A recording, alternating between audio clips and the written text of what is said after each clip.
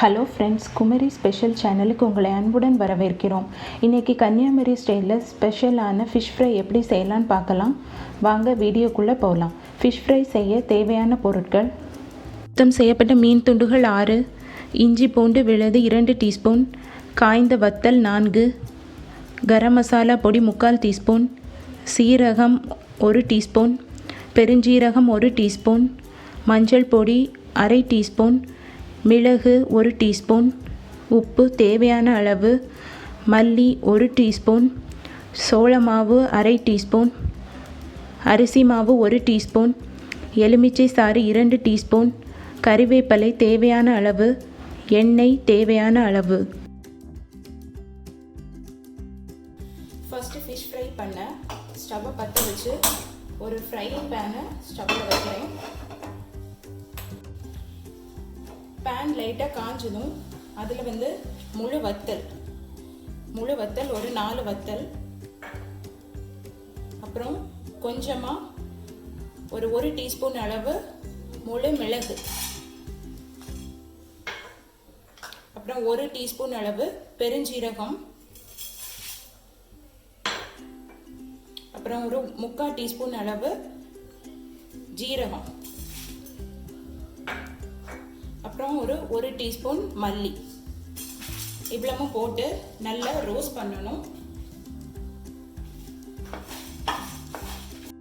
ஜீரகம் பெருஞ்சீரகம் எல்லாம் அப்படியே அந்த வெடிக்கிற சவுண்டு கேட்கும்.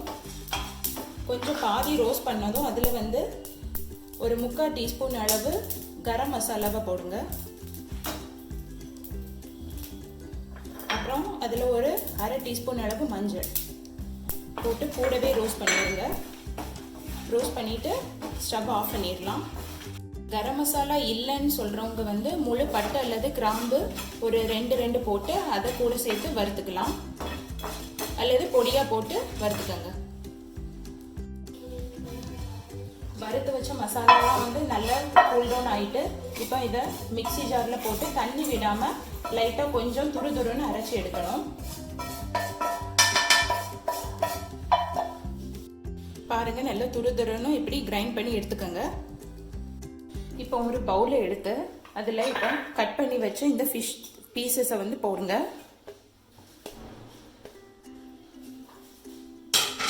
போட்டுட்டு அது கூட கிரைண்ட் பண்ணி வச்சிருக்க அந்த மசாலாவை கொட்டுங்க.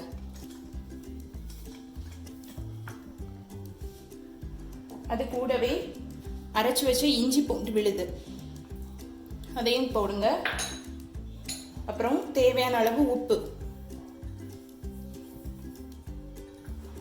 செக் பண்ணி போட்டுக்கோங்க. அது கூட 1 டீஸ்பூன் அளவு அரிசி மாவு. இது ஏன் போடுறோம்னா கொஞ்சம் கிறிஸ்பியாக இருக்கும். ஸோ அரிசி மாவு போட்டுக்கோங்க. அரை டீஸ்பூன் அளவு கார்ன்ஃப்ளவர் போட்டுக்கோங்க. கார்ன்ஃப்ளவர் இல்லாதவங்க அதை ஸ்கிப் பண்ணிடலாம்.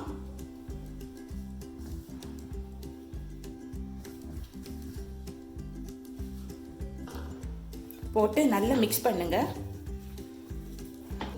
இது கூட 2 டீஸ்பூன் லெமன் ஜூஸ் ஆட் பண்ணுங்க. இல்லாத கர்ட் இருந்ததுன்னா, தயிர் இருந்ததுன்னா தயிர் ஆட் பண்ணிக்கலாம். போட்டு நல்லா மிக்ஸ் பண்ணிக்கோங்க. சின்ன மீன் வாங்குறதை விட இந்த மாதிரி துண்டு மீனாக வாங்கும்போது நீங்கள் இந்த ஃபிஷ் ஃப்ரை ட்ரை பண்ணி பாருங்கள். நல்ல மசாலாலாம் உள்ளே இறங்குறது மாதிரி ரொம்ப நல்லா மிக்ஸ் பண்ணி வைங்க. மிக்ஸ் பண்ணிவிட்டு இது ஒரு 1/2 அன் ஹவர் மேரினேட் பண்ண விடணும். நல்ல ஊறின அப்புறம் எடுத்து அதை ஃப்ரை பண்ணலாம்.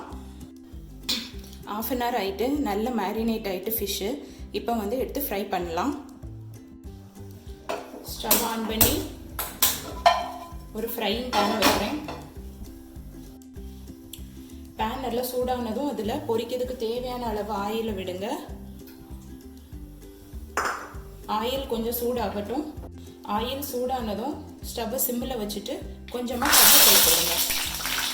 இது ஏன் போடுறோம்னா இப்படி போடும்போது கொஞ்சம் அது வாசனையாக இருக்கும் ஆயில். அதனால தான் கொஞ்சமாக கருவேப்பிலை போட்டு அதை லைட்டாக ஃப்ரை பண்ணிக்கோங்க. இப்போ அது கூடவே இந்த மேரினேட் பண்ணி வச்சுருக்க, அதாவது ஊற வச்ச ஃபிஷ் பீசஸ் எடுத்து 1 பை 1 மெதுவாக போடுங்க.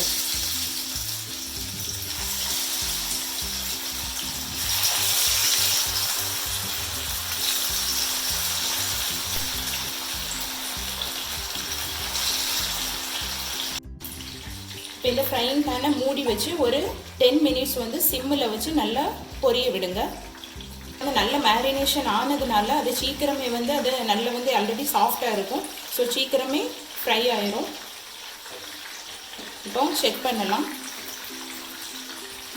ஓகே, நெக்ஸ்ட்டு லைட்டாக குக் ஆகிருக்கு. ஸோ இப்போ மறு சைடு வந்து மாற்றி போடுங்க.